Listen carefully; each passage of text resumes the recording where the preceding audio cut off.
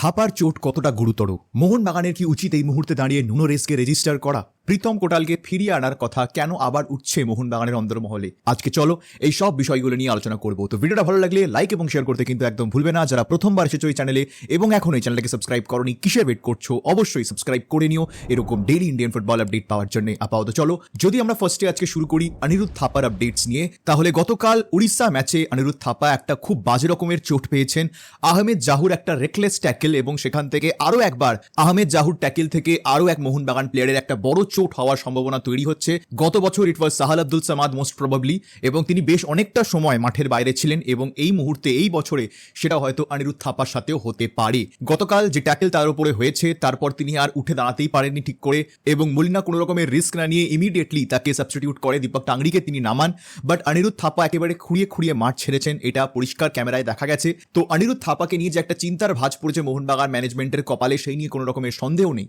এবং সবথেকে ইন্টারেস্টিং বিষয়টা হচ্ছে যে অলরেডি ইন্ডিয়ান ন্যাশনাল ফুটবল টিমের অফিসিয়াল সোশ্যাল মিডিয়া হ্যান্ডেল থেকে এটা অ্যানাউন্স করে দেওয়া হয়েছে যে অনিরুদ্ধ থাপা এই মুহূর্তে দাঁড়িয়ে ক্যাম্পে যোগ দিচ্ছেন না বিকজ অফ সাম ইঞ্জুরি।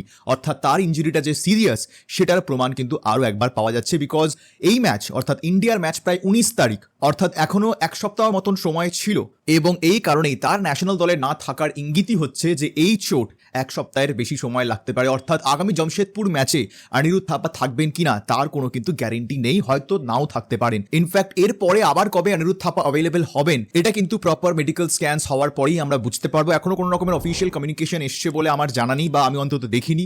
তো সেই কারণে আমরা ওয়েট করছি ম্যানেজমেন্টের সাইড থেকে কোনো রকমের অফিসিয়াল কমিউনিকেশনের। But unfortunately Aniruddha Thapa will be out for some time and that will be a huge blow for Mohun Bagan. প্রত্যেকবারই উড়িষ্যা ম্যাচে আহমেদ জাহু কোনো না কোনো মোহনবাগান প্লেয়ারকে কেড়ে নেন বা তার একেবারে ক্যারিয়ার এন্ডিং ইঞ্জুরিজ করার মতন জায়গায় চলে যান। Sahal Abdul Samad was lucky that he could recover. অনিরুদ্ধ থাপার সাথে কি হবে ভগবান জানে। And the most important point is, এরকম রেকলেস ট্যাকেলসের পরেও এই প্লেয়ার্সরা বেঁচে যায়, এই প্লেয়ার্সদের কিছু হয় না। আর একটা সামান্য অজান্তে মুখে হাত লেগে গেলে সেটাকে লাল কার্ড দেখানো হয়। আমি বলছি না লাল কার্ড দেখানোর মতন ফাউল সেটা ছিল না, ডেফিনেটলি লাল কার্ড দেখানোর মতন ফাউল ছিল নন্দা কুমারের। বাট জাহু দিনের পর দিন বছরের পর বছর একই কাজ করে যাচ্ছেন, and the referees turn blind eye to that. তো এটা নিয়ে আমার problem. We really need VAR, and সেটা কবে আসবে ভগবান জানে। অনেক জায়গা থেকে তো শুনছি বলা হচ্ছে যে পরের সিজনেই নাকি চলে আসবে। বাট কল্যাণ চবের মুখের কথা, তো পলিটিশিয়ানের মুখের কথা, তো বিশ্বাস করার মতন কিছুই নয়। সো যতক্ষণ না আসছে মাতামাতি করার মতন কোনো কিছু নেই। তো আগে আসুক, তারপরে যত নাচানাচি করার সমর্থকরা করবেন। আর ভার এলেই যে প্রবলেম সলভ হবে তা নয়। নর্মাল রেফারিজরা বেসিক ফুটবল নলেজ নিয়ে এডুকেটেড নয়, ভার নিয়ে তারা কতটা এডুকেটেড হবে ভগবান জানে। তো এমনটা মনে করো না যে ভার এলে তোমার সব রকমের ডিসিশন সঠিক আসবে, উল্টে আরও খারাপ হতে পারে। তো সেই কারণে প্রপারলি ফার্স্টে রেফারিদের এডুকেট করতে হবে। এটা সব থেকে বড় প্রবলেম এই মুহূর্তে ইন্ডিয়ান ফুটবলে, and I don't know when will it get solved, but that is the update on Anirudh Thapa. যদি আমরা পরবর্তী খবরে আসি তাহলে সেটা হচ্ছে নুনো রেসকে নিয়ে। অনেকদিন ধরেই বেশ এরকম খবর আসছে বা সমর্থকদের মধ্যেও আলোচনা হচ্ছে যে ইমিডিয়েটলি নুনো রেসকে রেজিস্টার করানো হোক, কামিংসকে বসিয়ে দেওয়া হোক বা পেট্রোটসকে আনরেজিস্টার করে দেওয়া হোক এবং নুনো রেসকে সিডিএম রোলে আনা হোক। বাট অনেস্টলি ম্যানেজমেন্ট কি কারণে এই ডিসিশনটা এত তাড়াতাড়ি নিচ্ছে না আই আন্ডারস্ট্যান্ড। বিকজ তোমরাও কতটা জানো কি জানো না আমি জানি না, but Nuno Reis is not a CDM, he is a centre back who can play as a CDM. তো তোমরা যদি মনে করছো যে ও এসে আহমেদ জাহুর মতন খেলবে তাহলে কিন্তু সেটা নয়। He can't be someone who can turn provider for your forwards. ও সবসময় ডিফেন্সিভ স্টেবিলিটি আনবে। মানে যদি আমরা কম্পেয়ারই করতে চাই নুনো রেসকে, we can compare him with someone like Carl McCue.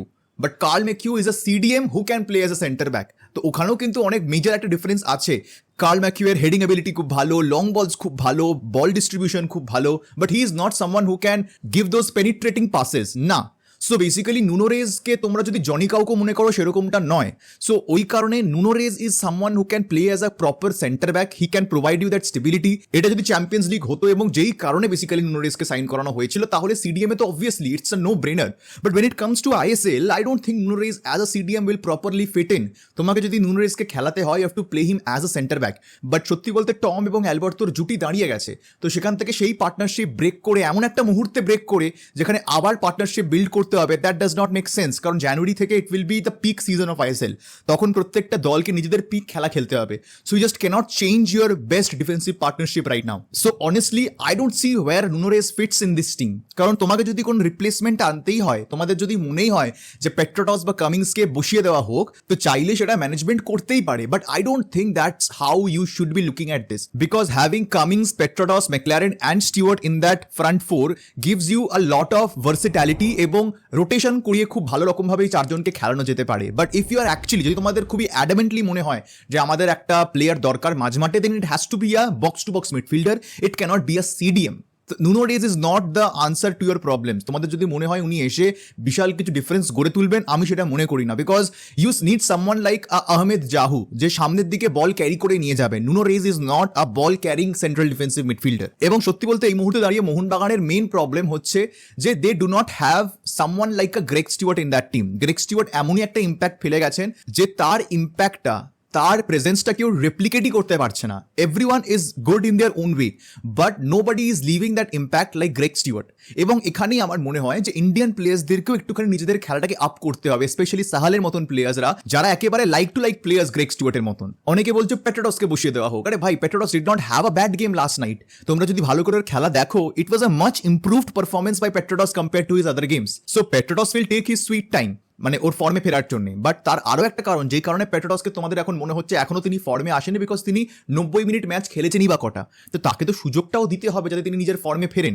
গতকাল খেলেছেন, ভালো খেলেছেন। I don't C the point of saying যে পেট্রোডস কালকে খারাপ খেলেছে। হ্যাঁ, একটা হয়তো গোল মিস করেছে, বাট বলটাও তো সেরকমই তার কাছে বাড়ানো হয়েছে, রাইট? ওকে কিছু একটা করতে হতো বলটাকে নিয়ে। তো যেই অ্যাঙ্গেল থেকেও বলটা পেয়েছে, যেটা মনবীর সিং এর বেসিক্যালি যে থ্রু বলটা ছিল, সেটা আরেকটু আগে পড়লে হয়তো পেট্রোডস আরো ভালো শটটা নিতে পারতো, বাট সেই বলের কোয়ালিটি কত ভালো ছিল না। বাট গোটা মাঠ জুড়ে কালকে পেট্রোডস খেলে গেছে, সেই তুলনায় তো ম্যাকলারেন হয়তো কালকে সেরকম ভাবে ছোটেনি, because McLaren and Petratos is not the right fit. এটাও একটা ফ্যাক্ট যে পেট্রোডসকে খেলতে হলে তাহলে এবার অ্যাজ এ স্ট্রাইকার খেলতে হবে in front of Greg Stewart. তো I think instead of blaming the foreign players, I think Indian প্লেয়ার্সদেরকেও একটুখানি নিজেদের খেলাটাকে আপে তুলতে হবে। They have to come out of their shell and play equally like this foreign players. Liston কোলাসোর মতন প্লেয়ার্সরা, যারা তো অনেকদিন হলো ইন্ডিয়ান ফুটবলে খেলছে, তাদেরকে আরেকটু ম্যাচিওরিটি দেখিয়ে খেলতে হবে। ওই টানা মাথা নিচু করে ছুটে গেলাম, ড্রিবল করে গেলাম, ওইভাবে খেলা হয় না। সো এত বছর ধরে যখন তুমি ফুটবল খেলছো, এত বছর ধরে যখন এই ক্লাবে তুমি ফুটবল খেলছো, তো এই মাথা নিচু করে ড্রিবল করে it has been a very predictable way যে লিস্টন কোলাসো কিভাবে বক্সের মধ্যে ঢুকবে। তো এভরিওয়ান নোজ লিস্টন কোলাসো কখন বলটা ডান দিকে করবে, কখন বাঁ দিকে নিয়ে যাবে, এভরিওয়ান নোজ। তো ওই আনপ্রেডিক্টেবল ব্যাপারটাই নেই লিস্টন কোলাসোর মধ্যে। আর সো ম্যাচিওরিটি দেখি খেলতে হবে তাকে। ওই দূরপাল্লার শট নিয়ে নিলাম, মাথা নিচু করে ছুটে গেলাম, ওইভাবে ফুটবল হবে না। So instead of blaming your foreign players, start blaming your Indian players too. ফর্মে হয়তো প্রত্যেকটা প্লেয়ারই আছে, ভালো ফুটবল খেলছে, no doubt, but ultimately when it matters the most, যে ডিসিশনগুলো একটা ফরেন প্লেয়ার ঠান্ডা মাথায় নিতে পারে, আমাদের ইন্ডিয়ান প্লেয়ার্সরা সেটা পারে না। সেটা আমি শুধু মোহনবাগানের ক্ষেত্রে বলছি না, আমাদের ইস্ট বেঙ্গল বলো, আমাদের উড়িষ্যা বলো, আমাদের হায়দ্রাবাদ বলো, আমাদের চেন্নাই বলো, আমাদের মুম্বাই বলো, প্রত্যেকেই, সবার মধ্যেই প্রবলেমটা আছে। It's the fault of our Indian players. তো সেই কারণে I don't think Nuno Reis is the solution to Mohun Bagan. Nuno Reis is not Ahmed জাহু। Nuno Reis is a centre back who can play as a CDM. তো তাকে CDM খেলানো মানে you R basically playing him out of position.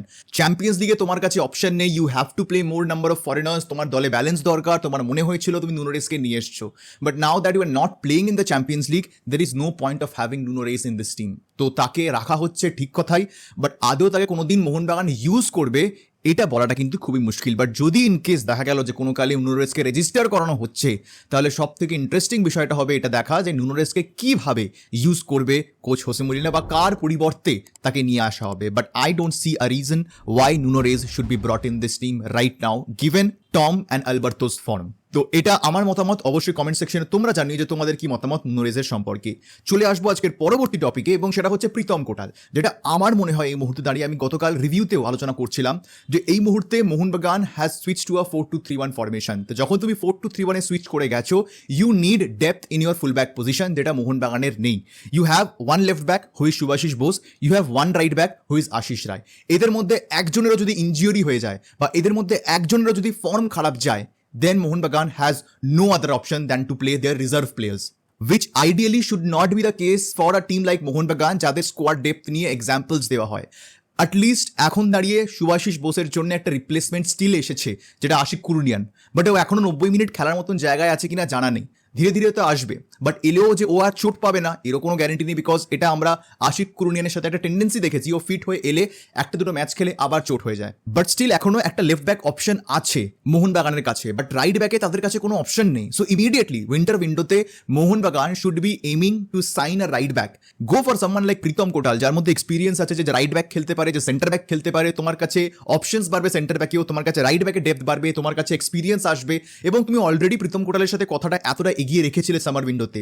So proceed on that, try আরেকবার করে দেখো যে জানুয়ারি উইন্ডোতে প্রীতম কোটালকে আনা যাচ্ছে কিনা। বিকজ দেখো, প্রীতম কোটালের এই সিজনটা একটু ডামাডোলের মধ্যে দিয়ে গেছে। সিজনের শুরুতে কেরালা ব্লাস্টার্সের কোচ বলে দিলেন যে Pritam Kotal is not in his plans. Mohun Bagan শুরু করলো কথাবার্তা, তারপরে তো সব রকমই জানি আমরা ট্রান্সফার লাগা কি হয়েছে প্রীতম কোটালকে নিয়ে। তারপর হুট করে কেরালা ব্লাস্টার্সের কোচ বললেন ঠিক আছে Pritam Kotal now is in my plan, এবং তিনি খারাপ খেলেননি। হ্যাঁ, Kerala Blasters as a team হয়তো সেরকমভাবে ক্লিক করেনি বা সেরকমভাবে রেজাল্ট এনে দিতে পারছে না, they are losing games, but Pritam Kotal as a player is still better than not having any backup. এবং মোহনবাগানের সাথে কথা এতটা এগিয়ে যাওয়ার পরেও যে শেষ মুহূর্তে মোহনবাগানের সাথে প্রীতম কোটালের চুক্তি হলো না, ডেফিনেটলি প্রীতম কোটালের সেটা হয়তো খারাপ লেগে থাকতে পারে, বা তিনি হয়তো মনে করেছিলেন যে তিনি মোহনবাগানেই যাচ্ছেন, বাট তাকে থেকে যেতে হলো কেরালা ব্লাস্টার্সে। তো এরকম অনেক ঝামেলা থাকে, প্লেয়ারদের মাইন্ডসেটে অনেক কিছুই চলতে থাকে, প্লাস তার পারিবারিক সমস্যার কথাও আমরা জানি। তো সেই কারণে আই থিঙ্ক উইন্টার উইন্ডোতে আরও একবার প্রীতম কোটালের জন্য মোহনবাগানের ছাপানো উচিত। তোমরা মনে করছো ওর ফর্ম খারাপ, বাট প্রীতম কোটাল মোহনবাগানে একরকম খেলে, প্রীতম কোটাল অন্য ক্লাবে আরেক রকম খেলে। So you need someone like Pritam Kotal back at Mohun Bagan. So they should immediately go and try to sign him back as a replacement বলো আশিস রায়ের।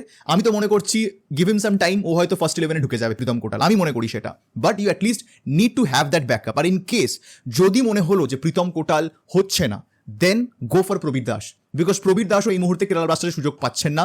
চোট সারিয়ে এসছেন ঠিক কথাই, সেরকমভাবে তিনি মোহনবাগান ছেড়ে যাওয়ার পর থেকে প্রবীর দাসের career has been completely going down hill. তো চোটের পর চোট পেয়েছেন, খেলার সুযোগ পাননি। So obviously I think if you go with an offer, Prabir Das মোহনবাগানকে না করবেন। I don't know the contract situation right now with Kerala Blasters, but Prabir Das is another option যেটা মোহনবাগান ট্রাই করে দেখতে পারে, বিকজ দুজনেই মোহনবাগানি and definitely could give you a good depth in your squad. তো সেই কারণে immediately if we are sticking with the 4-2-3-1 formation, Mohun Bagan should sign our right back, and that could be Pritam Kotal, that could be Prabir Das, that could be anyone else, but they have to go and sign. Because এই মুহূর্তে Ashish Rai is going unchallenged in that position. ও ভুল করলেও কিছু করার নেই, পরবর্তী ম্যাচেও আশিস রায়কেই খেলাতে হচ্ছে। তো এই জিনিসগুলো একটু ম্যানেজমেন্টকে দেখতে হবে। বাট মোটামুটি দ্যাটস দি ভিডিও গাইস। অবশ্যই কমেন্ট সেকশনে তোমরা জানিও যে তোমাদের কি মনে হয় এই সম্পূর্ণ বিষয়গুলো নিয়ে। তোমাদের যদি আজকের এই ভিডিও ভালো লাগে, লাইক এবং শেয়ার করতে কিন্তু একদম ভুলবে না। দেখা হবে তোমাদের সাথে পরের ভিডিওতে, আর এই ভিডিও দেখার জন্য তোমাদের সবাইকে জানাবো ধন্যবাদ।